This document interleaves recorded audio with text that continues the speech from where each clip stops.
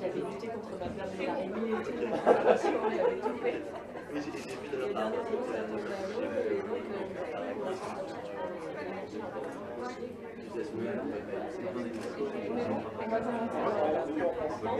Anne, je vous mets juste ça là, c'est pour le micro.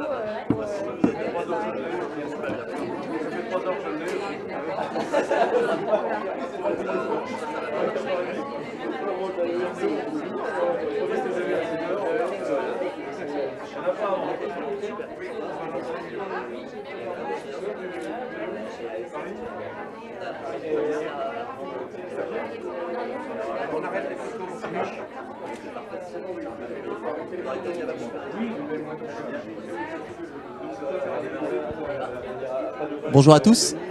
Alors, j'ai pas de son. Allô? Bonjour. Bonjour à tous, on va démarrer. Allez, donc bonjour à ceux qui êtes présents Porte de la Chapelle et bonjour à ceux qui sont connectés à distance, parce qu'on a plusieurs personnes qui nous suivent en visio via Teams aujourd'hui. Moi je suis Fabien de Castilla, je suis co-directeur général du groupe Ares et j'ai le plaisir d'introduire cette matinée Jeune Pousse avec vous. Et donc en très rapide, vous êtes ici Porte de la Chapelle dans un espace qui s'appelle Réparseb. Réparseb, c'est ce qu'on appelle une joint venture sociale. C'est une société qui a été co-créée avec le groupe SEB, avec Alain qui le représente aujourd'hui, et puis le groupe Ares, sur deux ambitions. La première qui est de déployer une entreprise tremplin, une entreprise d'insertion dans les métiers de la réparation. Et donc, si vous le souhaitez, on organisera une petite visite ensuite pour que vous voyez concrètement comment ça fonctionne. Donc, une entreprise d'insertion sur les métiers de la réparation, et puis une deuxième ambition qui est de développer des solutions d'économie circulaire dans lequel SEB s'est engagé depuis de nombreuses années et dans lequel aujourd'hui on agit concrètement. Donc vous verrez, on reconditionne des produits, on en répare, on a des services de location et puis on revend aussi des produits d'occasion. Donc c'est une initiative qui mélange économie circulaire et économie solidaire. Donc chez Réparseb, en plus de tout ce que je vous ai présenté, on a eu l'envie aussi de profiter de l'espace sur lequel vous êtes en ce moment même pour dédier une partie à l'entrepreneuriat circulaire et solidaire et encourager des entrepreneurs qui souhaitent se lancer dans cet univers-là en leur apportant non seulement un espace physique et puis de l'accompagnement pour que leur projet soit le plus réussi possible. Et cet espace, il s'appelle Jeune Pousse et c'est un peu l'objectif de ce matin, c'est de présenter ce que c'est que Jeune Pousse. C'est un peu notre inauguration de cet espace. Et donc il y a deux choses très concrètes. La première, c'est que c'est un espace de coworking, d'hébergement. Donc pour tous ceux qui le souhaitent, n'hésitez pas, il y a Alban qui est dans les parages, puis toutes les équipes d'Ares. On a une solution de coworking et vous pouvez louer un espace, que ça soit 1, 2, 3, 10 postes. On a des startups qui sont en train de s'installer. On a Now, j'ai vu Laurence tout à l'heure passer, c'est Laurence, qui est là depuis quelques semaines, qui propose des solutions de nettoyage, collecte et nettoyage de contenants. Vous avez leur machine juste à côté. Et puis il y a Yoti, je crois, qui va bientôt arriver. Donc n'hésitez pas sur la partie coworking, on sera ravis de vous accueillir. L'intérêt, c'est évidemment d'avoir un espace et de ne pas être seul chez vous quand vous lancez votre aventure entrepreneuriale. Et puis c'est aussi le partage avec les startups que j'ai citées. C'est aussi d'être dans un lieu très concret où vous pouvez descendre avec votre café, voir des opérateurs réparer des grille-pains, des cocottes minutes. Donc on est dans un espace où on agit pour l'économie circulaire et solidaire. Et puis c'est aussi une solution d'accompagnement où, fort de l'expérience de 30 ans d'Ares à développer des solutions d'entrepreneuriat social, on a monté une expertise où on a l'ambition de transférer notre savoir, notre expérience pour accompagner d'autres entrepreneurs. Donc en plus de l'espace d'accueil d'hébergement, il y a une solution d'accompagnement qui dure 9 mois et qui vous permet, un peu comme dans un incubateur, d'aller plus vite, d'être plus efficace pour lancer votre boîte d'entrepreneuriat social et solidaire. Voilà sur l'intro, sur les quelques éléments, et ensuite sur le déroulé de la journée. Donc je vais passer après le micro à Didier qui va animer une première conférence avec de dignes représentants de l'entrepreneuriat qui agit dans les univers circulaires et solidaires. On aura quelques tables rondes où vous pourrez échanger entre vous et partager sur des projets. Et ensuite, pour ceux qui le souhaiteront, on aura des visites de Réparseb et puis on pourra se retrouver ensuite pour reprendre un café et échanger sur les différentes actions de chacun. Et il me reste juste à remercier non seulement l'équipe d'Ares qui s'est démenée là, ces dernières semaines, Mathilde, Alban, Amel, je ne vais pas toutes les citer, mais il y a eu beaucoup d'énergie pour organiser cette journée. Merci également à nos différents partenaires. Ce projet, il a vu le jour aussi grâce à la mairie de Paris, qui a été extrêmement moteur pour le démarrage. Et puis la région Île-de-France et quelques fondations, notamment la fondation JP Morgan, qui nous ont bien aidés à démarrer. Merci à tous pour votre présence. Et puis je lance la table ronde. Enfin, je confie le micro à Didier pour lancer cette table ronde.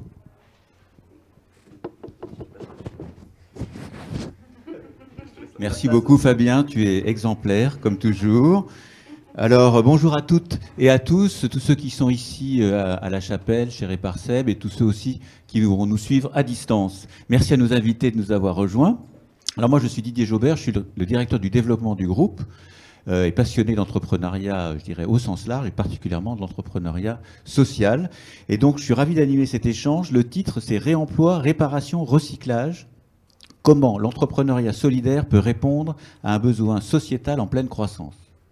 Donc je pense que c'est un sujet qui nous intéresse tous, chez Ares, chez nos invités et chez tous nos porteurs de projets ici présents.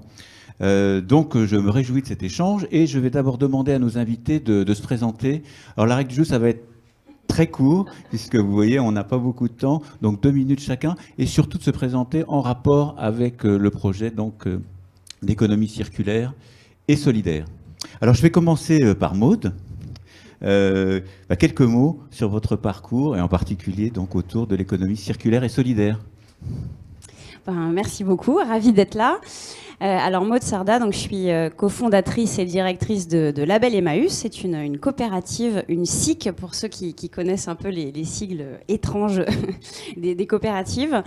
Cette coopérative, elle a 5 ans et demi maintenant. On est 60 salariés. Dans ces 60 salariés, il y en a 20 qui sont en parcours d'insertion. Donc on est aussi une entreprise d'insertion. Et puis comme son nom l'indique, Label Emmaüs, donc on fait partie du beau mouvement Emmaüs qui a 70 ans. On est un peu, on va dire, le prolongement en ligne de l'Emmaüs traditionnel. Donc, pour ça, on a créé d'abord une marketplace. Donc, c'est un espèce de bric-à-brac un peu géant en ligne sur lequel il y a 170 structures de l'économie sociale et solidaire aujourd'hui qui alimentent le catalogue au quotidien. Donc, ces structures, c'est pas que des Emmaüs. Il y a Yoti, par exemple, dont on parlait juste avant. Il y aura bientôt Réparseb. Voilà, donc on est largement ouvert à tout l'ESS. Donc il y a aussi des structures de la Croix-Rouge, d'Envie, beaucoup de ressourceries. Ce ne sont que des produits d'occasion, évidemment, de la seconde main, sur tous les univers, mode, déco, textile. On va trouver des livres, beaucoup de livres même, de l'high-tech reconditionné, etc. La particularité, c'est que ce sont des gens en insertion, des compagnons, des compagnes, qui font tout le travail, en fait, de mettre ces produits en ligne. Et puis, donc, très rapidement, on a aussi 2 entrepôts logistiques où on fait ce métier de e-commerce, en particulier sur les livres et le mobilier. On a aussi une école qui prolonge la formation des personnes, donc 5 mois de parcours qualifiant avec une certification à la clé de designer web. On a nos premiers diplômés là depuis quelques jours. Et enfin, on a créé une plateforme qui s'appelle Tréma. Et sur Tréma, vous pouvez donner des objets au profit de la solidarité. Donc voilà, vous n'avez plus à les vendre sur Vinted ou sur Le Bon Coin. C'est vraiment la tannée quand même de faire ça. Vous pouvez faire tout pareil, une annonce sur Tréma et choisir le projet de solidarité que vous allez soutenir avec cet objet. Voilà. Très beau message, Maude. Alors Pierre-Emmanuel, parcours un peu différent.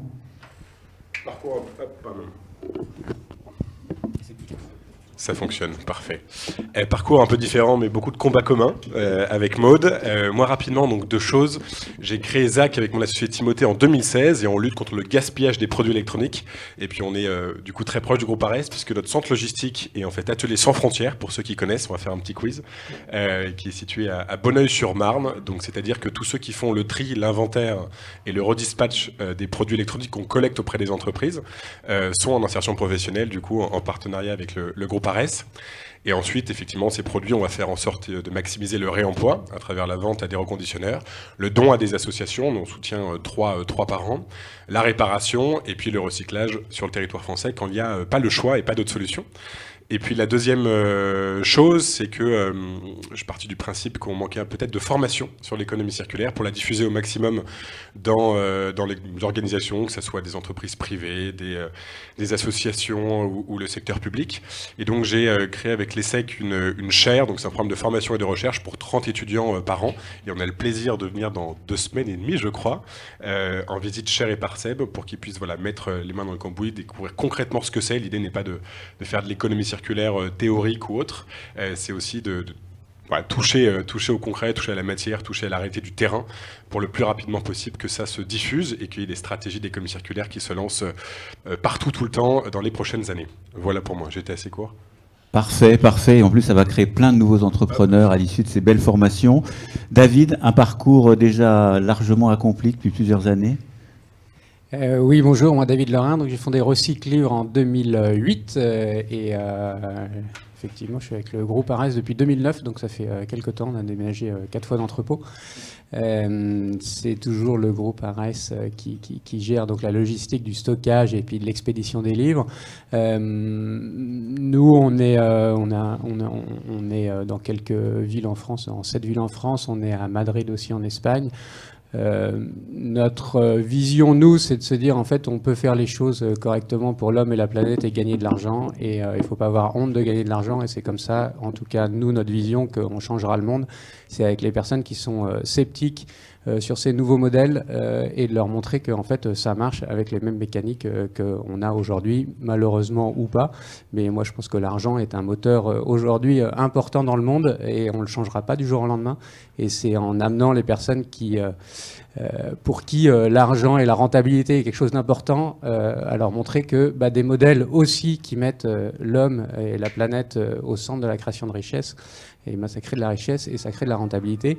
Et toutes les études le montrent aujourd'hui depuis une vingtaine d'années. En fait, les investissements qui sont faits sur des entreprises qui ont de l'impact, aujourd'hui, 20 ans après, en fait, sont plus rentables que sur un autre panier d'entreprises. Pourquoi ? Parce que ces entreprises-là, pour moi, mettent du coup de l'impact et sont beaucoup plus résilientes sur des crises. On voit que les crises, il y en a de plus en plus, qui sont de plus en plus fortes, et la manière de rester encore en vie pour moi dans quelques années, dizaines d'années, c'est justement de se préoccuper de toutes ces problématiques-là.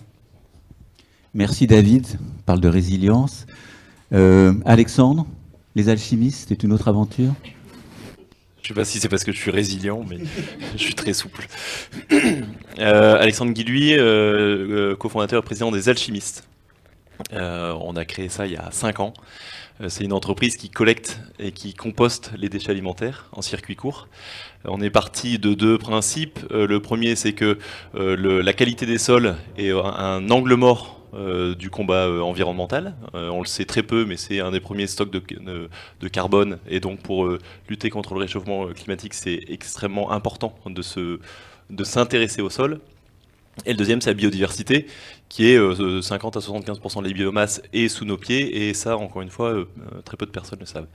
Ça, c'est sur les enjeux environnementaux. Sur les enjeux création d'emplois, dans le déchet, il y a un potentiel de création d'emplois qui est immense. On va le voir avec ma voisine d'à côté qui a quelques salariés en plus que nous.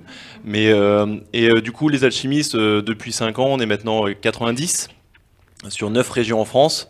On a des clients qui sont des clients essentiellement privés, on a des clients qui sont publics maintenant, avec la ville de Paris, la ville de Lyon, la ville de Marseille, enfin les agglomérations, et surtout, et on en est très fiers, des clients qui achètent notre compost, parce que ça c'est quand même finalement relativement rare, et on est distribué maintenant chez Biocoop, Leroy Merlin, Et on est très fiers aussi de fournir les agriculteurs bio, notamment en Ile-de-France, et donc avec maintenant des dizaines, voire des centaines de mètres cubes de compost. Petite note personnelle, je connais un petit peu Ateliers sans frontières pour répondre au quiz de tout à l'heure, parce que j'ai eu la chance d'être directeur de cette vénérable association aux côtés de mon camarade Guillaume.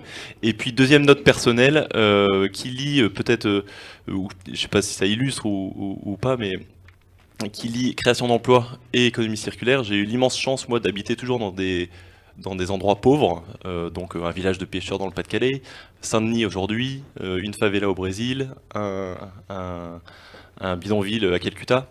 Et la liaison entre création d'emplois pour les plus vulnérables et économie circulaire est une évidence quand on y habite. Quand on est à Saint-Denis, on est entouré de décharges. Quand on est à Calcutta, c'est une sorte de décharge à ciel ouvert.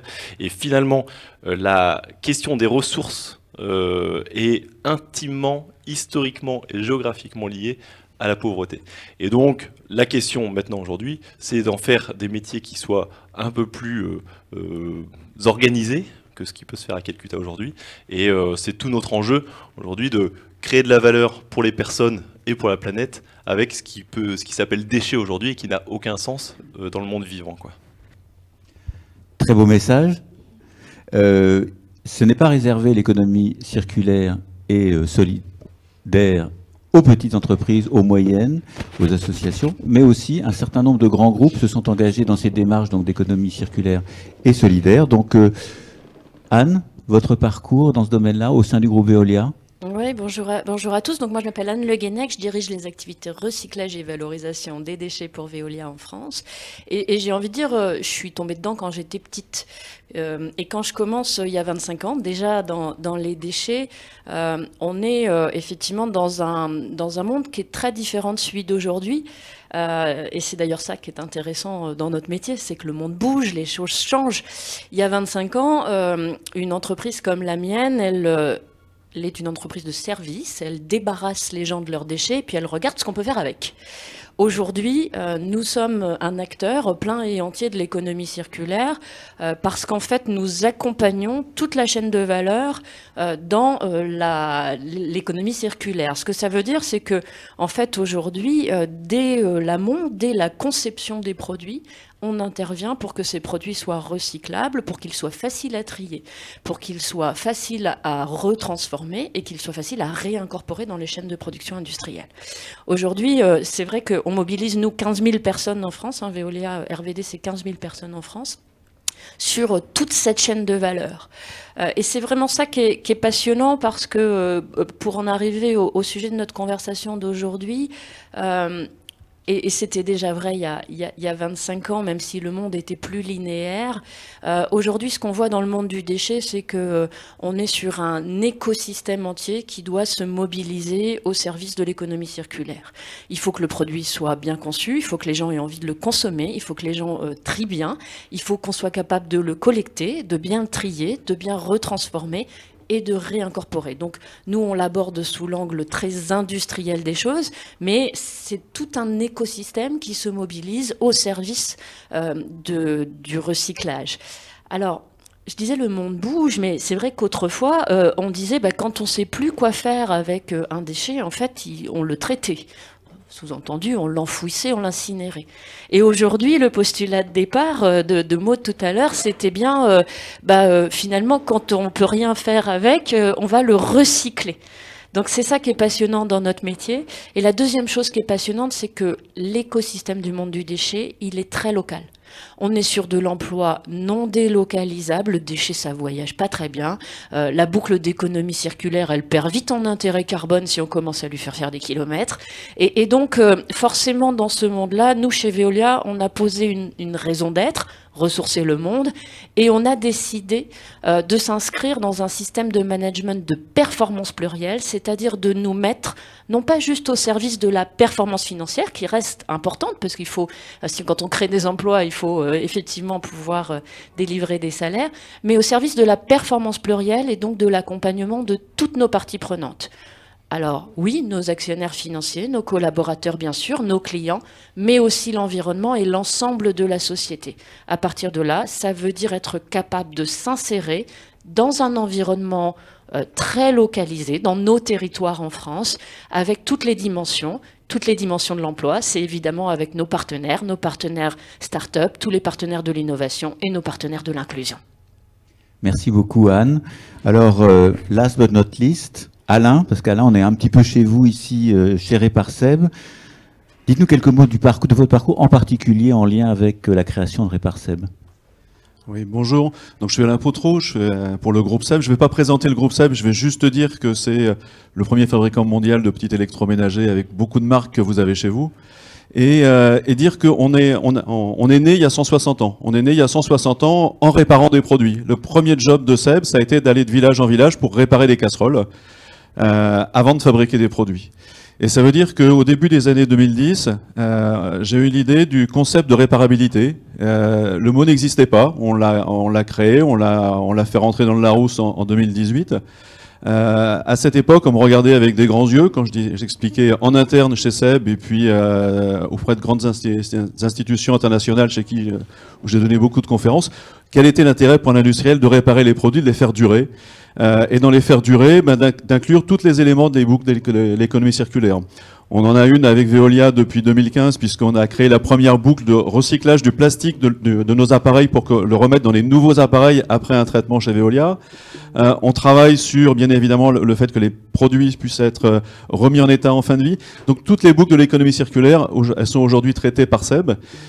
Et on les fait non pas pour de la com, puisque justement, ce qu'on nous reproche souvent en interne, c'est on fait pas savoir, et Pierre-Emmanuel me le dit souvent, on fait pas assez savoir ce qu'on fait, on le valorise pas, on le fait parce qu'on pense que c'est nécessaire et parce qu'on pense que c'est comme ça qu'il faut faire. Alors, c'est comme ça que, en 2015 environ, avec la ville de Paris, on a considéré qu'il n'y avait pas assez de produits réparés. Le petit électroménager, c'est malheureusement petit, donc ça se met facilement dans une poubelle, et beaucoup de Parisiens les jetaient parce qu'ils ne savaient pas quoi en faire. Donc on s'est dit, on va créer une société pour réparer, puisque il y a également une difficulté, il faut du foncier pour pouvoir réparer, il faut des techniciens, il n'y avait plus de techniciens, puisque dans un monde beaucoup trop capitaliste, je te rejoins, où on estime que pourquoi réparer quand on peut acheter du nouveau et jeter, c'est vrai que je sais pas ces problématiques en Inde, on jette les produits, et donc quand on jette les produits, on répare pas et il n'y a plus de réparateurs. Donc il y avait plus de réparateurs, il y avait plus de techniciens, et on s'est dit avec la ville de Paris, on va recréer ça de manière à donner cette chance aux Parisiens, et puis peut-être plus tard dans d'autres villes. Et rapidement, on s'est dit, pourquoi le faire nous-mêmes? On a rencontré Arès, on a rencontré Fabien en particulier, qui a tout de suite sauté sur l'idée. Et on s'est dit, on va en profiter pour faire non pas uniquement du circulaire, mais du circulaire et du solidaire. Et pour nous, ça a été la première étape, effectivement, de cette action sociale. On fait beaucoup de mécénat chez SEB, mais vous le voyez pas, parce qu'on le fait pour le faire, on le fait pas pour le dire. Et donc là, ça a été créer une société où on allait avoir ces deux enjeux. Créer de l'emploi, remettre des gens sur le marché du travail, développer une filière de techniciens qui manque beaucoup. J'étais ici mardi pour expliquer à tous les stagiaires, les salariés en insertion, qu'à peine ils sortiront d'ici, ils pourront choisir la ville où ils veulent travailler. J'aurais même dit pour certains le pays où vous voudrez travailler, puisque on pourra leur proposer des jobs dans beaucoup de sociétés qui attendent qu'on ait des techniciens formés. Et puis en même temps, donc développer les différentes boucles. Donc qu'est-ce qu'on fait ici en quelques mots? On répare des produits, ça a été la première mission. On remet en état des produits qui sinon auraient été en déchetterie. On les revend et on propose des produits d'occasion. On les propose par exemple sur Emmaüs Label, mais on les propose aussi directement et puis demain sur toutes les plateformes qu'ils souhaiteront. On loue des produits pour que les gens puissent effectivement ne pas acheter un produit qui sert dans un placard une fois par mois ou une fois par an. Et juste pour information, éviter d'avoir une raclette que vous n'utilisez que tous les 6 ans en la laissant à la cave parce que ça vieillit très mal dans les caves. Donc il vaut mieux les louer pour une semaine. Et toutes ces fonctionnalités de l'économie circulaire, c'est ce qu'on a voulu développer ici et les faire en social. Merci beaucoup Alain. Alors pour ceux qui aiment la raclette, ils peuvent quand même en avoir une s'ils s'en servent toutes les semaines, je pense. La raclette l'été, c'est pas ouais, c'est ça. Alors l'été, peut-être pas, effectivement. Alors, on a la chance d'avoir beaucoup de porteurs de projets qui sont avec nous aujourd'hui.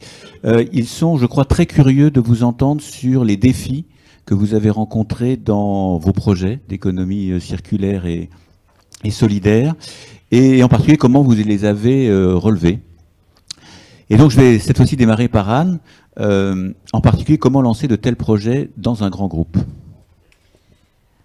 Alors, oui, comment lancer des projets déjà, j'ai envie de dire, et quels enjeux? En fait, nous, ce qu'on voit, c'est, pardon, mais beaucoup de fausses bonnes idées. Dans le monde de l'économie circulaire, je pense que ce qui est très important, c'est le partage. Et dans la relation, quand on a le souhait de lancer une idée innovante et de créer une entreprise, ce qui est important, c'est le partage. Et les grands groupes comme le mien essaient de créer cet espace. Parce qu'on a vu beaucoup de choses dans le monde du recyclage, en particulier, se lancer, qui s'avéraient donc être de fausses bonnes idées. Pourquoi fausses bonnes idées ? Parce que bonnes idées, parce que ça part toujours d'une bonne intention. C'est-à-dire, c'était souvent la substitution d'une matière fossile, c'était souvent une création locale, c'était souvent une plateforme digitale pour simplifier la vie. Donc là, l'idée de départ est souvent bonne. Pourquoi fausse ?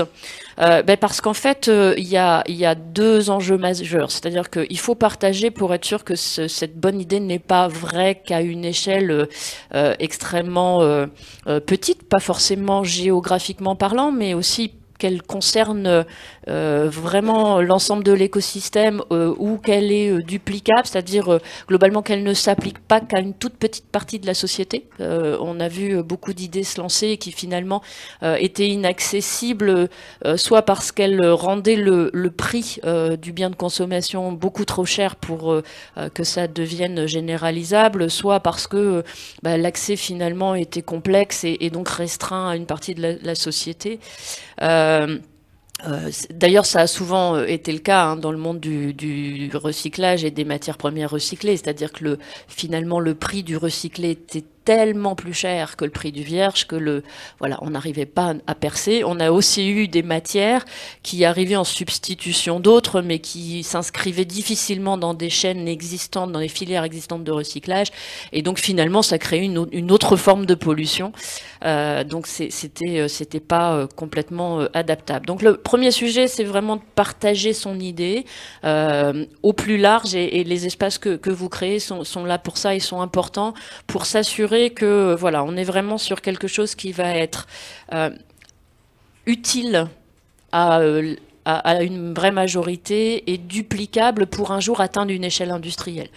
Si cette idée-là n'a pas la capacité à être dupliquée dans plusieurs géographies, sur plusieurs types de biens, si elle n'est pas scalable, comme on dit dans le monde moderne, globalement, effectivement, elle restera à l'échelle d'embryon et vous aurez du mal à en faire un vrai projet entrepreneurial.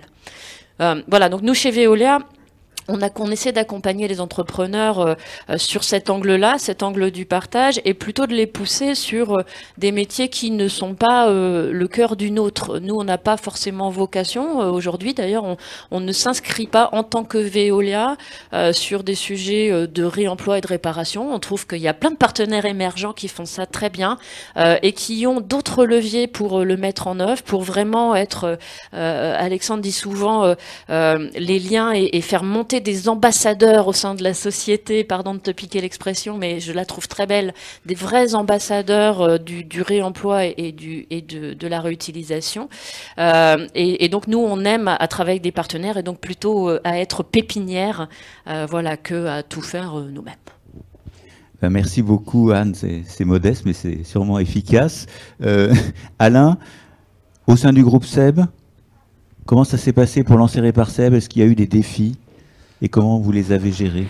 Alors, d'abord, dans un groupe comme le nôtre, qui aussi doit gagner un peu d'argent pour pouvoir payer les salaires, on va le dire comme ça, on n'a pas lancé l'économie circulaire en disant on va faire de l'économie circulaire. On l'a lancé, toutes les idées ont été lancées en disant ça va être bon pour le groupe. Ça va être bon pour le groupe, et une fois que tout le monde était d'accord que ça allait être bon pour le groupe, on leur a dit, et pareil, pour info, c'est de l'économie circulaire. On lance pas un projet pour faire de l'économie circulaire, on le lance parce qu'il y a des bénéfices et que les bénéfices sont partagés. Ils sont partagés pour l'entreprise, ils sont partagés pour la planète, pour les clients, pour l'ensemble, et ensuite on peut avancer. À titre d'exemple, quand on a lancé le concept de réparabilité avec produits réparables 10 ans, une fois que on a été vraiment persuadé, qu'on avait fait des études, que ça allait être viable. Il a fallu 2 ans pour convaincre le comité de direction du groupe qu'on n'allait pas se tirer une balle dans le pied. Et il a fallu convaincre nos commerciaux et nos équipes marketing. Et ce qui est important, c'est que ce genre de projet peut se faire si c'est d'abord une volonté d'homme. Moi, j'ai eu la chance de convaincre mon président et puis une ou deux autres personnes importantes qu'il fallait y aller et qu'il fallait y croire. Lancer ce genre de projet dans un grand groupe, c'est aussi une notion de vision, parce qu'il ne faut pas se dire on va se mettre des KPI, on va se mettre des objectifs et quelle va être la rentabilité au bout de 6 mois, au bout d'un an, au bout de 10 ans. Sur Eparseb, je leur ai dit, moi je vous engage à ce qu'au bout de 10 à 12 ans, on arrête de perdre de l'argent. Sachant que je serais en retraite entre deux, donc je prenais pas beaucoup de risques. Et donc il fallait vraiment qu'on me croie. Et c'est vraiment cette notion-là, si j'avais dit, bah voilà le chiffre qu'on va faire en 2019, en 2020, bah, j'aurais déjà été viré puisqu'on ne l'a pas atteint, hein, celui qu'on avait prévu. Donc c'est ça. Et c'est de la même façon quand nous on va accompagner ici des startups où on est très souvent sollicité pour des conseils. C'est vraiment les éléments qu'on dit. Il faut convaincre des gens. C'est vraiment une question de relationnel. C'est très très important. Et puis il faut se fixer des objectifs suffisamment lointains. On peut pas lancer ce genre de projet en se donnant l'objectif de l'année prochaine ou dans 2 ans. Voilà, donc nous on a la chance de pouvoir avoir ces moyens pour investir et c'est là également où on peut aider d'autres entrepreneurs avec cette capacité. Merci beaucoup Alain. Alors pour les plus jeunes entreprises, est-ce que vous avez rencontré d'autres types de défis et en particulier, est-ce que l'inclusion par exemple a été prise en compte dès le début du projet? Alors Maud, je pense que chez vous, par ADN, j'imagine que ça a dû faire partie du projet dès le début. Oui, ça n'a pas été si simple non plus, mais alors c'est sûr que difficulté numéro 1 sur le projet Label Emmaüs, la conduite du changement, c'est un sacré morceau quand effectivement on fait naître ce projet-là dans un mouvement qui a 70 ans et qui avait à l'époque, en tout cas, pas du tout cette culture déjà du système d'information, hein, ne serait-ce que ça. Et donc la vente en ligne, vraiment là, c'était quand même un peu de la science-fiction. Donc comment on s'y est pris? Déjà beaucoup de patience, de la vision, effectivement. Faut vraiment avoir une vision à 5-10 ans et puis s'y accrocher fermement. Avoir des ambassadeurs à ses côtés, et donc ça, pas faire cavalier seul. Moi, dès le départ, j'avais un comité de pilotage où il y avait aussi bien des compagnons, des compagnes, des bénévoles, des salariés dans les structures, comme des salariés au niveau national. Voilà, faut vraiment embarquer quand même un collectif avec soi qui va défendre le beefsteak dans toutes les instances possibles et inimaginables qu'un grand mouvement associatif peut avoir. Et puis après, c'est aussi avoir des expertises. Voilà, et bien sûr, on connaissait franchement rien à la vente en ligne, donc on s'est fait aussi aider par des cabinets de conseil. Accenture a fait des missions en mécénat de compétences pour nous, par exemple, ou Wavestone. Il y a plein de gens qui se sont mobilisés aussi à titre individuel. Passerelle et compétences est une très belle association aussi pour trouver des talents, voilà, comme ça, qui peuvent se mobiliser sur un projet. Et puis après c'est l'évaluation. Je dirais tout de suite avoir cette culture de l'évaluation pour pouvoir avoir des chiffres très concrets à montrer en fait. Voilà, nous on a fait très rapidement un bilan carbone par exemple. Dès nos 2 premières années, on avait un bilan carbone parce que je vais revenir rapidement sur l'inclusion, mais disons qu'effectivement en étant Emmaüs par essence, on nous attendait pas trop au tournant de l'inclusion. Est-ce qu'il est vraiment social ce projet? On n'est pas bien sûr. Mais en revanche, sur l'environnement, on était quand même regardé de près. Et c'est vrai que, en tout cas, en interne à Emmaüs, c'était non mais en plus franchement du e-commerce quoi. Mais déjà c'est capitaliste de base quoi. Donc vraiment on a rien à faire là-dedans. Et puis en plus, mais c'est hyper mauvais pour l'environnement. Mais qu'est-ce qu'on fait là-dedans? C'est n'importe quoi. Donc voilà, on peut pas non plus dire que c'est bon sans avoir vraiment réellement évalué. Moi-même, j'avais des doutes, franchement. Je le faisais d'abord pour le social, hein. Franchement, chez Emmaüs, c'est ça notre moteur. Hein. Mais quand on a fait un bilan carbone et qu'on s'est rendu compte qu'on était 7 fois moins impactant en émissions carbone qu'un magasin physique, On a regardé les chiffres de plus près, voilà, mais c'était une réalité en fait. Et donc quelquefois il y a des idées reçues comme ça, et l'évaluation permet vraiment de se convaincre soi-même que sa vision était la bonne, et puis voilà, d'embarquer de plus en plus de gens derrière soi. Et après, l'inclusion, pour finir très rapidement, c'est sûr que c'est ce qui a donné toute la cohérence à notre projet, parce que c'est dès le début, on a fait avec les compagnons et les compagnes, et il n'était pas question de créer une activité qu'on fait avec des bacs +5. En fait, ça n'aurait eu aucun sens pour Emmaüs. Et bien sûr que c'est une complexité. Bien sûr qu'on est allé moins vite qu'un projet, voilà, peut-être lambda. N'empêche que c'est pas sûr, parce qu'on ouais, alors bon, mais on a construit les outils en tout cas avec les gens, et c'est sûr qu'ils se les sont appropriés. Mais voilà, quand même, c'est une productivité qui est moindre, et ça c'est une évidence. Mais après, c'est un pari gagnant aussi sur le long terme, et c'est la cohérence complète aussi du projet. C'est ce que le consommateur attend désormais, et qu'il attendra de plus en plus. Ils seront de plus en plus militants, les consommateurs, et voilà. Et je pense qu'ils se tromperont pas dans quelques années de modèle. Merci beaucoup, Maude. Alors, Pierre-Emmanuel, un futur grand de l'e-commerce? Je sais pas, on n'en est pas encore au stade de pas mal de mes voisins ici, mais juste pour rebondir ce que vient de dire Maude, Alain disait, on ne dit pas que c'est de l'économie circulaire, on le dit après, on le fait parce que c'est bien pour tout le monde. J'ai envie de dire, c'est un peu pareil pour l'inclusion et peut-être l'insertion professionnelle. Moi, j'ai envie de dire, et du coup, tu l'as fondé, que Ateliers sans frontières, ils sont juste exceptionnellement bons dans ce qu'ils font. Et au début, je vais être très honnête, c'était important pour nous de faire de l'inclusion, de l'insertion professionnelle, mais on a avant tout construit ce partenariat, et désolé d'avouer ça, mais parce que juste c'était le partenaire parfait pour faire ce qu'on voulait faire. Ils font du démantèlement depuis très longtemps, ils sont capables de réparer depuis très très longtemps, et les équipes là-bas connaissent extrêmement bien leur métier, donc c'était une chance pour nous, et pas l'inverse, pas nous qui, entre guillemets, allons faire de l'inclusion et allons apporter cette opportunité au groupe Arès, Ateliers sans frontières à l'époque, c'est plutôt l'inverse. Et même aujourd'hui, alors qu'on veut développer, scaler les activités comme on dit dans le monde d'aujourd'hui, on vient d'être intégré par le groupe Manutan International mercredi dernier, on a besoin de s'étendre rapidement. La première chose, c'est de vouloir le faire avec le groupe Arès. Et notamment parce que ça sera beaucoup plus compliqué de le faire tout seul. Donc oui, il y a effectivement des défis, et Maude en a parlé. Le premier, c'est que typiquement chez Ateliers sans frontières, les collaborateurs en insertion professionnelle passent à peu près 1 an, donc il y a un sujet de formation, il faut reformer en permanence, il y a du turnover important. Bon, il y a le cas aussi, ce sujet, dans plein d'entreprises, mais évidemment, c'est peut-être un peu plus compliqué sur ce sujet, il peut y avoir parfois la barrière de la langue, mais c'est des choses qui, en tout cas dans notre expérience, qui est évidemment très limitée sur un secteur précis, est largement mineure par rapport à tous les avantages qu'on a pu avoir. Sur le défi, l'autre défi, je ne vais pas être très original, mais quand même, puisqu'on parle à des personnes qui veulent lancer des entreprises, le défi du modèle économique, chez ZAC, on en a testé 5 avant de trouver notre modèle qui fonctionne actuellement. Donc c'est des hauts et des bas, parce qu'il y a toujours un peu le sujet, quand est-ce qu'on arrête quelque chose pour en tester un nouveau modèle. Hier, je discutais avec Frédéric Mazella, Blablacar, c'est 6 modèles.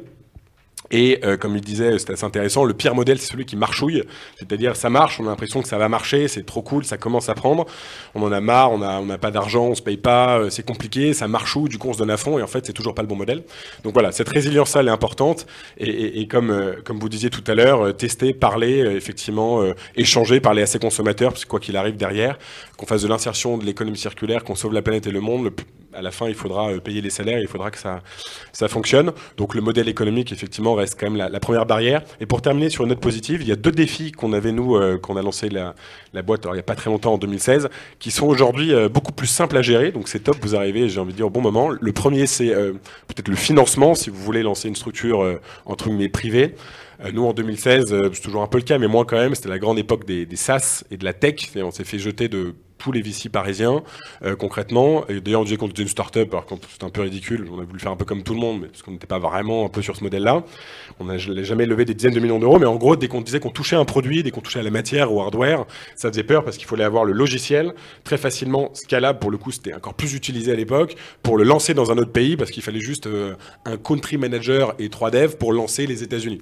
Donc on n'était pas intéressant à ce niveau-là, le business plan ne correspondait pas. Aujourd'hui, c'est pas du tout le cas. Il y a plein de venture capital et plein de fonds qui se lancent sur l'économie circulaire, et c'est des critères hyper importants pour les investisseurs, et pareil pour les fonds publics, France Relance, l'ADEME et compagnie. Le deuxième sujet, et j'en terminerai là, c'est le recrutement. Vous avez énormément de... Enfin, c'était peut-être plus difficile, quel que soit, entre guillemets, le niveau d'études en 2016 de recruter sur ces métiers-là. Aujourd'hui, il y a une fuite de beaucoup de talents à tous les niveaux vers des métiers qui ont beaucoup plus de sens, l'économie circulaire, l'inclusion, et d'autres métiers qui ont plus du mal à recruter, donc profitons-en. Voilà. Merci Pierre-Emmanuel. David, quel type de défi avez-vous eu avec Recyclivre et en particulier donc en lien avec l'inclusion ? Pareil, moi je ne vais pas paraphraser ce que tout le monde a dit, mais clairement le modèle économique, nous, encore une fois, comme disait Alain, nous on ne s'est pas monté sur un projet social, on s'est monté sur résoudre un problème qui était que les livres, on ne les jetait pas à la poubelle et on n'avait pas de solution pour pouvoir les donner ou les revendre facilement. Donc c'est là-dessus qu'on s'est monté. Sur l'histoire, justement, avec Arès aussi, je cherchais un logisticien pour s'occuper de ma logistique du stockage de l'expédition des livres. Et parmi ceux que j'avais interrogés, il y avait le groupe Arès qui était à Boissy-Saint-Léger, dans un petit entrepôt, voilà. Et il y a eu une rencontre, il y a eu un fit, il y a eu quelque chose qui se disait, en fait, on se fait confiance mutuellement parce qu'à l'époque, là où j'allais, ils faisaient pas du tout de e-commerce. Le plus petit truc qu'ils envoyaient, c'était une palette. Donc moi, j'allais leur demander d'envoyer des livres précis à des particuliers. Donc c'était un nouveau métier. Et puis ils m'ont fait confiance moi aussi quand je leur ai dit écoutez, dans une semaine, dans un mois, il y aura tant, dans un an, etc. Et depuis voilà, ça fait 13 ans qu'on est ensemble, on a déménagé 4 fois. Et donc bon, comme disait Alain, j'avais pas 12 ans devant moi pour pouvoir être rentable. Donc moi j'ai monté ça tout seul et j'étais rentable depuis. On est rentable depuis 2010. On a fait une petite levée de fonds, mais qui n'a absolument aucun niveau de ce que c'est aujourd'hui. C'était en dessous de 500 000 euros et qui nous a permis d'ouvrir, les régions en étant tranquille et en n'ayant pas le problème de la trésorerie, du financement et de pouvoir se consacrer au business. Et voilà, donc le modèle économique, encore une fois, et encore une fois, c'est parce que vous avez un modèle économique qui est rentable que vous allez pouvoir continuer et pérenniser tout ce que vous faites sur de l'insertion ou sur le développement durable. Merci beaucoup, David. Alexandre, pour conclure ce parti-là. J'aimerais bien être David Laurent. Moi, j'ai peut-être 2 anecdotes. La première, elle s'adresse à ceux qui veulent monter ou qui sont en train de monter leur boîte. C'était au tout début, on avait lancé les alchimistes il y a 9 mois. On me dit, j'étais au Grand Voisin, on me dit demain il y a une délégation de ministres qui vient. Il y avait Édouard Philippe, il y avait Nicolas Hulot, il y avait Blanquer, etc., etc. Du coup, je viens au travail avec mes beaux souliers vernis du dimanche. Mais comme je suis tout seul, enfin, on était 2 et c'était moi qui étais de traitement. Donc le traitement, nous, ça consiste notamment à broyer des déchets alimentaires. Donc dans des déchets alimentaires, il y a des abats, il y a des machins, il y a plein de trucs magnifiques pour le sol, mais qui sont quand même un peu difficiles quand on arrive de bon matin. Et un peu maladroit, à un moment donné, j'ai une poubelle de broyade de déchets alimentaires qui me tombe sur les godasses. Et juste derrière, donc je termine ça, et juste derrière, il faut que je défende mon projet auprès d'Édouard Philippe, de Nicolas Hulot, etc. Je trouve que ça illustre assez bien les débuts que vous connaissez ou vous allez connaître, parce que il faut savoir se salir les mains, avoir parfois les pieds dans la gadoue et garder le sourire. Je pense que dans ces sujets-là, on parle souvent d'argent, parce que évidemment, enfin, je veux dire, évidemment qu'il faut payer les salaires, etc. Pour moi, le ressort principal, c'est la question de la joie et de l'enthousiasme. En fait, si vous êtes joyeux au travail, si vous avez l'enthousiasme et si vous avez envie et si vous êtes convaincu de ce que vous faites, derrière, il n'y a plus grand-chose qui peut s'opposer à votre succès. Et ça s'est révélé exact à peu près à tous les niveaux, enfin les avancées des alchimistes. Notamment quand on a intégré Cyrielle, qui est notre 3e dirigeante, qui elle était directrice développement de Blablacar. Elle avait vécu 6 années d'hypercroissance. elle arrive là, et puis moi je me demande, t'es sûr que tu veux vraiment broyer des déchets pour faire du compost? Est-ce que, enfin, je veux dire, t'as ouvert 12 pays, t'as fait des levées de fonds à la Silicon Valley, qu'est-ce que tu viens foutre dans ce travail-là? Et en fait, je pense que fondamentalement, il y a un momentum aujourd'hui des gens qui ont envie de changer de trajectoire et qui mettent les aspects organisationnels et financiers, etc., qui sont capables de les mettre un peu derrière. Et derrière, c'est vraiment la joie, l'enthousiasme et le fait d'y croire. La deuxième anecdote, ça me fait marrer parce que je l'ai vu passer tout à l'heure, c'est dans notre métier, on est dans un métier qui est très industriel. C'est pas toi que je vais apprendre, Anne. Hein. Et on ne peut pas faire tout seul. Et donc c'est la capacité d'emmener et de travailler avec les autres sans se raconter d'histoire, en amenant ce qu'on s'est amené. Quand on discute avec Veolia sur l'île notamment, bah, c'est vraiment l'outil industriel, la crédibilité, des gens qui savent faire, qui font depuis 150 ans. Et nous, c'est de bousculer un peu, de gratter, de participer à changer le modèle. Et je pense que c'est ça que Veolia trouve chez nous, c'est aussi faire bouger les équipes en interne finalement. Et la petite anecdote, c'est Pascal que j'ai vu passer tout à l'heure. Quand on a lancé avec ATE Sans Frontières l'activité informatique, donc les parcs informatiques des entreprises pour faire de la valorisation ou du recyclage, on avait démarré, on avait pris quelques sous à la Fondation Veolia, puis il fallait un par un. Et donc, je vais voir Pascal, bonjour, toi tu fais des ordinateurs, etc.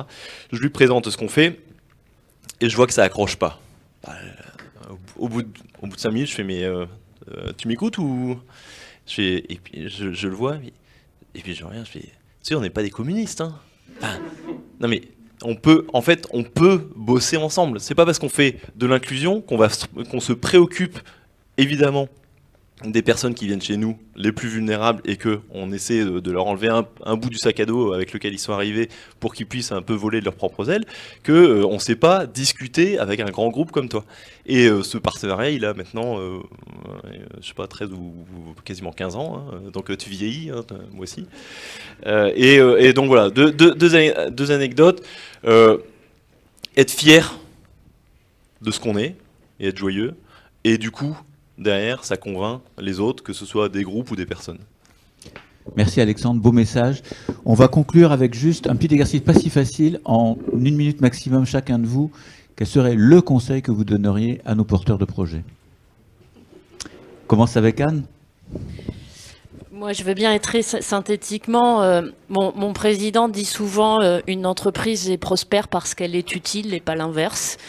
Donc, reposez-vous toujours la question de l'utilité, de l'écosystème.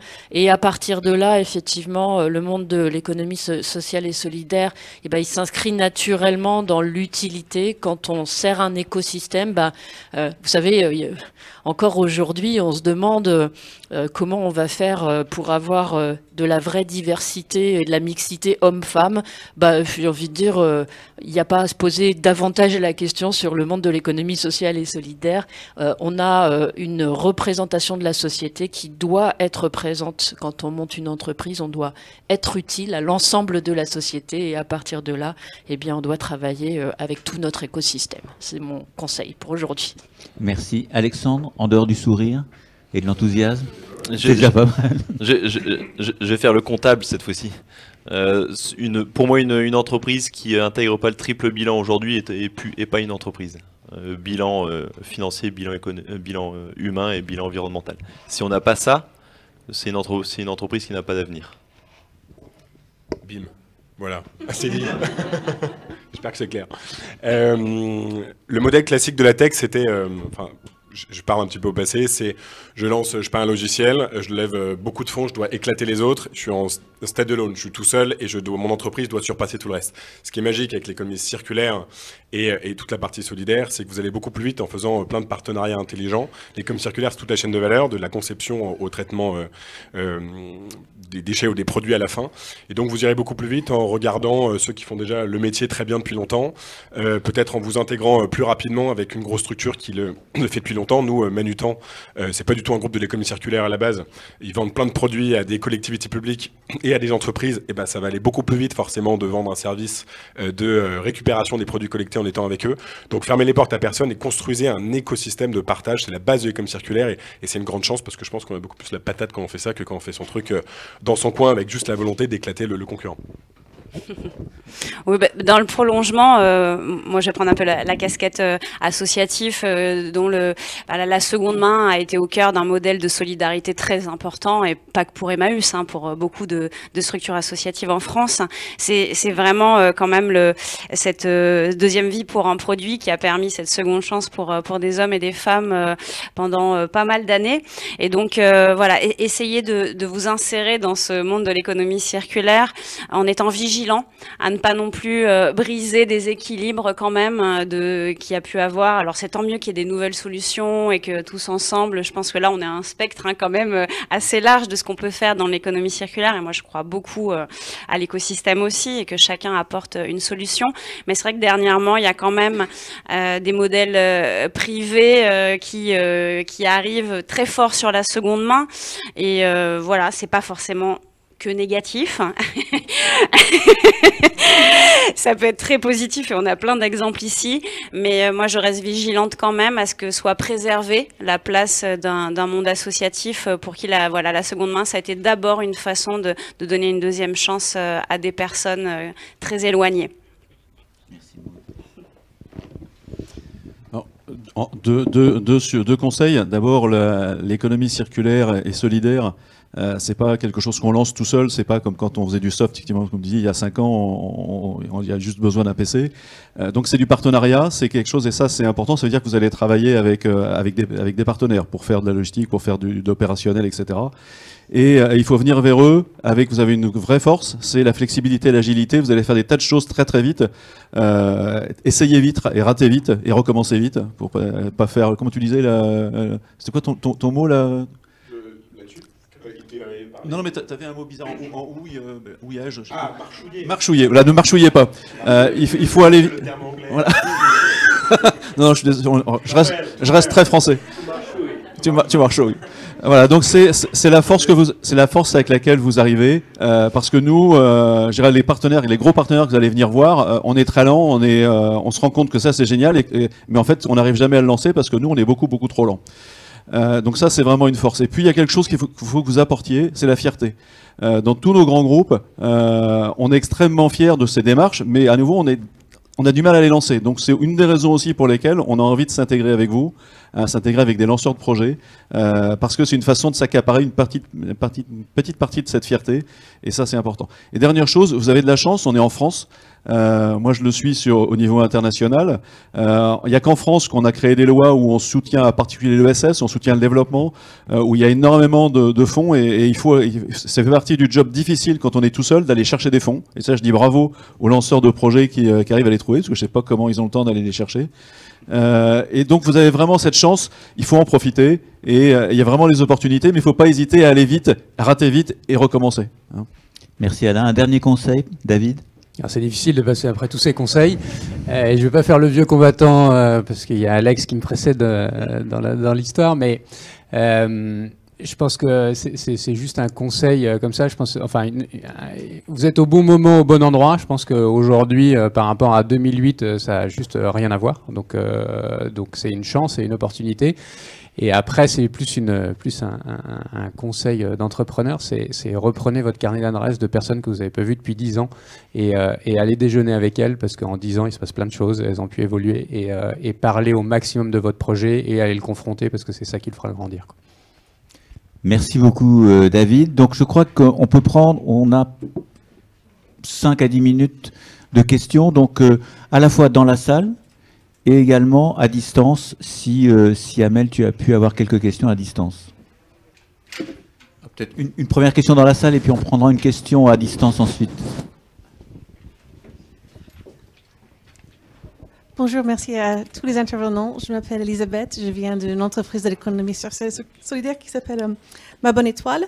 Et j'ai une question pour vous pour qui veut répondre, sur certaines nouvelles tendances qu'on voit dans un pan de l'économie circulaire et la réutilisation des ressources, qui par exemple le concept qui vient de l'anglais aussi de plastique qui était dévoué pour aller dans la mer, ce qu'on appelle en anglais ocean-bound plastic. On est en train de créer en fait tout un cas marketing aujourd'hui et beaucoup de marques veulent trouver cette matière pour en fait sa pouvoir de vente, de dire en fait là vous sauvez en fait un plastique qui allait certainement aller dans la mer. Mais je trouve ça un concept quelque part très dérangeant puisque du coup quelque part on autorise en fait ce concept que il y aura toujours en fait de plastique qui va aller dans la mer et on en fait en fait un bien très très cher en termes de pouvoir de convaincre des clients. Qu'est-ce que vous en pensez? Je crois qu'on vient tous d'apprendre ce concept.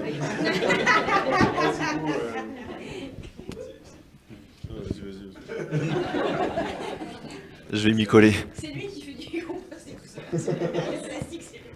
Je suis pas sûr de bien répondre à la question. En revanche, ce qui est compliqué en fait dans notre période, c'est en même temps d'avoir une vision et une position qui est d'une certaine manière très rigoriste sur ce qui est bien, ce qu'il faut faire bien, et le moment T0, c'est-à-dire ce qu'on fait aujourd'hui. Et en fait, ce qui serait bien, c'est qu'on arrête avec le plastique, tout bonnement.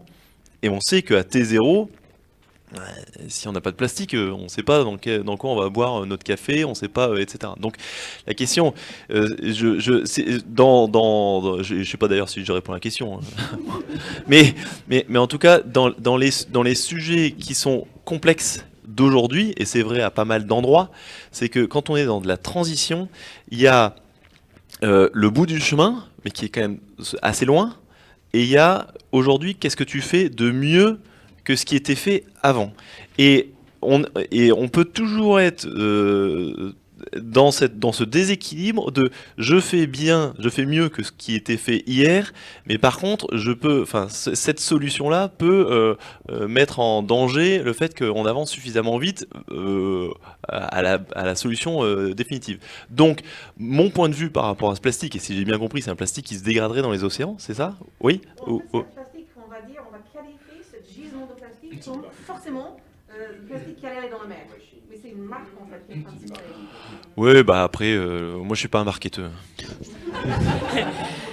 Alors moi, je vous parlais tout à l'heure de fausses bonnes idées. Je connais pas ce projet-là, mais je serais tentée de dire que alors déjà si c'est du plastique et que ça finit dans la mer, c'est pas du tout une bonne nouvelle. C'est une vraie forme de renoncement. Voilà. Donc je connais pas le projet, hein, donc je ne sais pas. Après, je rejoins Alexandre sur le fait que il y a des périodes de transition et un accompagnement. La collecte en soi, hein, je vous disais l'écosystème, on doit bien trier, on doit bien collecter. Et oui, bien sûr, pendant encore quelques années, on aura sûrement des déchets qui finiront dans la mer. Mais voilà, dans les vraies fausses bonnes idées, je pense que se dire que durablement on va envoyer du plastique dans la mer, il faut pas y aller, quoi. En une seconde sur ce sujet, pour moi, le marketing n'est pas une mauvaise chose en soi. Si je comprends bien, c'est on market un plastique beaucoup plus cher et on promet aux consommateurs qu'il ira pas dans la mer. L'indice de réparabilité, c'est une sorte de marketing donc qui peut être extrêmement positif. Par contre, on n'a plus le droit de mentir et de raconter n'importe quoi. Tu parlais de greenwashing. Là où je trouve le concept un petit peu abusé, c'est que la responsabilité des industriels, des entreprises de récupérer leur plastique, c'est pas aux consommateurs de payer plus cher sur une vieille promesse marketing pour avoir plus d'engagement consommateur. Je trouve ça un peu sournois, on va dire. Voilà. Donc le marketing, oui, quand c'est positif, et surtout on ne ment plus. Maud parlait de la donnée tout à l'heure, tout est vérifiable maintenant. Donc je pense que toutes les entreprises le savent et doivent travailler sur leurs données, sur leur bilan carbone, le communiquer, point barre, et de toute façon on pourra vérifier. Voilà. Merci beaucoup à tous. Je voudrais simplement donner une chance de prendre une question au moins à distance. Est-ce que, Amel, il y en a une qui ressort? Oui, alors il y a une question, il y a deux questions, je vais donner la première. Je la reformule un peu, donc à distance, dites-moi si je traduis bien la question. C'est lié à l'inclusion des usagers, notamment sur la question des plateformes, sur des modèles donc complètement sur le web. Comment garantir l'inclusion des usagers, notamment pour ceux qui ne sont pas très doués dans l'usage des nouvelles technologies ou qui n'ont pas accès, notamment les personnes âgées ou les personnes qui n'ont pas d'accès à Internet. Oui, alors bon, là c'est pour le coup, c'est vraiment la mission d'Emmaüs Connect, hein, que je pense beaucoup d'entre vous connaissent. Et nous ne sommes pas Emmaüs Connect, on nous confond pas mal dans les 300 structures juridiques, les gens s'y perdent, c'est normal. Alors, moi je vais juste te dire que dans le modèle coopératif de Label Emmaüs, on intègre l'usager, disons le client, puisque en fait c'est une coopérative dont le sociétariat, c'est le mot qu'on utilise versus l'actionnariat, on a aussi bien les vendeurs de la marketplace, donc les 170 structures de l'ESS prennent des parts de notre capital, et les clients, s'ils le souhaitent, ils peuvent aller plus loin que l'achat et prendre une part aussi de notre capital à partir de 20 €. Et donc voilà, et tous ensemble, on est un peu le seul site e-commerce qui appartienne finalement aussi bien aux salariés qui y travaillent qu'aux vendeurs qui l'alimentent, qu'aux clients voilà, qui achètent. Donc nous, c'est notre façon d'intégrer l'usager, on va dire. Et notre usager, c'est aussi bien sûr les bénéficiaires, enfin, c'est aussi les gens en insertion. Voilà, après, la fracture numérique, c'est encore un autre sujet, et je conseille d'aller voir ce que fait Emmaüs Connect sur le sujet. C'est assez formidable au niveau national. Tu avais une deuxième question, Amel? Oui, je continue sur les questions. Et peut-être la dernière, du coup. Alors, je vais rester sur une question à Maud, encore. Est-ce qu'il y a un risque, selon vous, de financiarisation de l'économie circulaire et de perdre un peu l'essence même de l'économie circulaire, avec un risque pour les acteurs historiques, notamment les acteurs de l'ESS? Donc là, je suis censée répondre en 10 secondes. Ça va être compliqué, hein, c'est mon sujet de... Oui. On va pas se mentir, bien sûr qu'il y a un risque. Il est très clair, je pense que tout le monde a pu voir quand même ces derniers mois des énormes campagnes sur la seconde main. Moi, je vais parler surtout de la seconde main et pas de l'économie circulaire dans sa globalité, mais je pense que vous avez vu Zalando qui fait des campagnes pour la seconde main. Zalando, c'est 50% de taux de retour en Allemagne. C'est leur modèle, hein. C'est essayer d'abord, acheter après, hein. Donc voilà, il y a 50% de taux de retour de ce que les gens achètent en ligne. C'est une catastrophe écologique sans nom, en fait. Mais ils lancent la seconde main, et donc on a des grandes affiches avec du verre et du vent qui souffle dans les cheveux des gens, et vraiment, donc ils vont sauver le monde. Bon, bah ça, on assiste à quelque chose d'assez hallucinant sur la seconde main en ce moment. Ramenez vos produits d'occasion et vous aurez des bons d'achat pour acheter du neuf. Voilà, donc c'est formidable. Bon, bah à nous de nous battre et d'inventer des modèles alternatifs pour montrer l'incohérence de ces projets, et heureusement, note positive. Tous les grands groupes et le privé n'est pas dans cette dimension-là, et il y en a qui comprennent que justement pour inventer des vrais modèles gagnants, vrais modèles circulaires, il va falloir qu'on le fasse ensemble et de façon cohérente et pas en greenwashant. Et on va faire des bilans extra-financiers, donc de toute façon, on sera obligé. Ça se verra, hein? Ça se verra. Bon. Bah, merci pour cette belle conclusion. Alors, il va être le moment donc de clôturer notre échange. Je voulais vraiment remercier nos invités pour leur franchise, leur transparence et la qualité, je trouve, de l'échange. Pour nous, c'est très encourageant, et je trouve qu'il y a une vraie dynamique. Et donc maintenant, on va donc arrêter la partie à distance, je pense, Amel. Donc merci à tous ceux qui nous ont suivis à distance. Merci à vous tous. J'espère que ça aura aussi donné des idées de nouveaux type d'entrepreneuriat. Et donc, on va rester maintenant entre nous, ici, donc, chez Réparseb, pour des tables rondes, et ensuite pour la visite qu'a annoncé donc Fabien ensuite. Donc, merci beaucoup à tous.